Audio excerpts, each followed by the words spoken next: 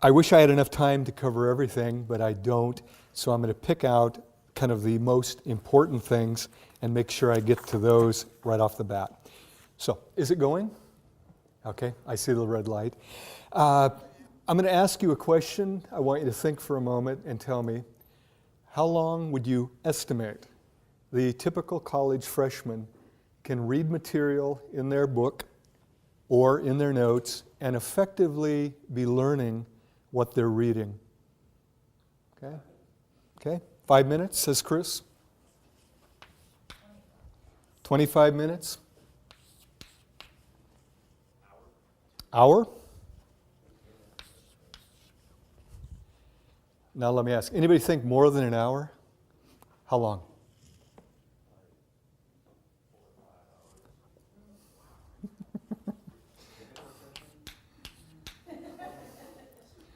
By the way, I had a guy, last time I did this, he said, I can do it about 6 hours.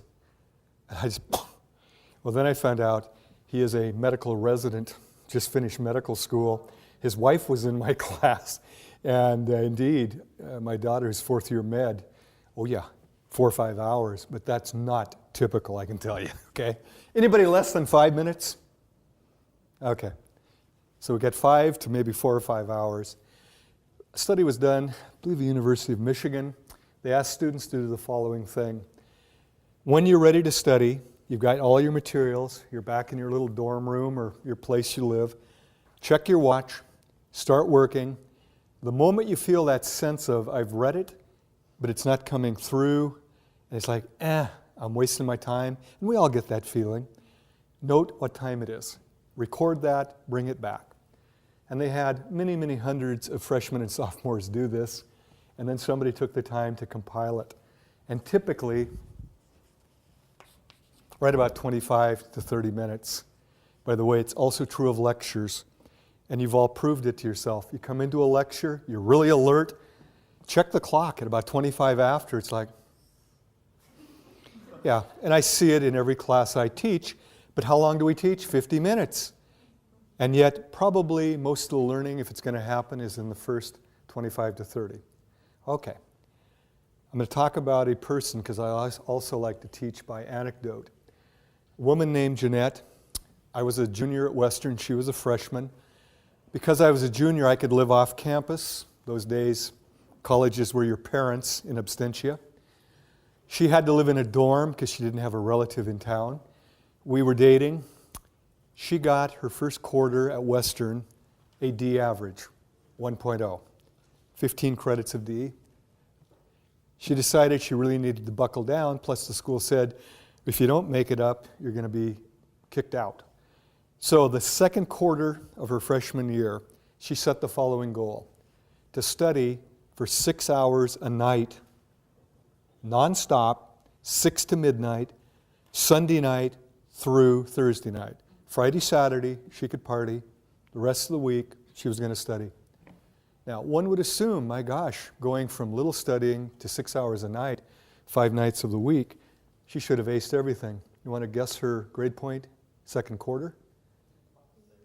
0.0. She failed every class. And this is why telling people to study more does not necessarily help.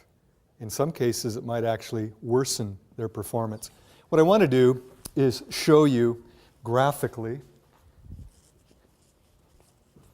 what I'm talking about.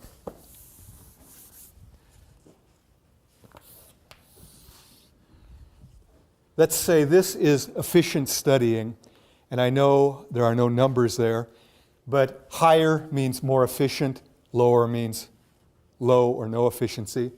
And this axis, we're looking at time. Here's what happens for the average student. For her, 6 o'clock in the evening, after her supper at the residency dining hall, she plopped herself down at her little study area and started studying. But here's what happened. By about 6:30, she was in a major slump. But what was her goal? To study 6 hours. So she continued to sit at her little desk and stare at pages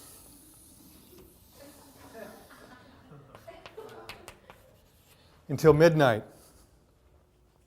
She was at her desk 6 hours. How long did she actually study? About 20, 30 minutes. Now, there's a simple concept in psychology that all of you are aware of.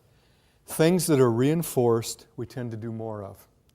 Things that are punished or ignored, we tend to do less of. You know, we operate by those principles to a large degree. If you're sitting there for 6 hours, are you feeling good? No. Once you get here, you're looking at your book going, I hate geography. I hate literature. I hate psychology. All the things we're trying to get you to fall in love with, you're hating it. And so her actual good studying was followed by 5.5 hours of pain and misery. I would bet you, I don't know for a fact, that as the quarter progressed, she sat down, and finally, she was done before she even started. She sat down and just stared at a book, and she flunked every class. Now, had she taken this little seminar or figured things out on her own, she'd know what to do. First rule, the moment you start to slide, you're shoveling against the tide. What you need to do is what?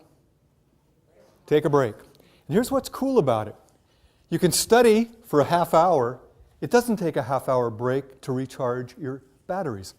For most people, about 5 minutes. And this is where you go away, do something fun for 5 minutes. Call a friend, talk to a child, talk to a parent, a roommate. Enjoy some music. Do something you enjoy and actually say, this is my treat for having studied for 30 minutes effectively. Go back, and here's what happens. Your efficiency is nearly 100%. Study a half hour, take a break. Study a half hour, study a half hour. Now, had she done that over a course of 6 hours, she would have got about 5.5 hours of serious studying and about a half hour of total break time. I really don't believe she would have flunked out.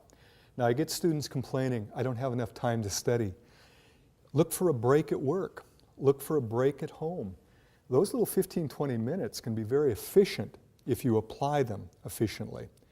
Unfortunately, sometimes it's really tough to get those moments, but you need to build them in somehow. You've got to have at least some time to study. It's not going to happen through osmosis.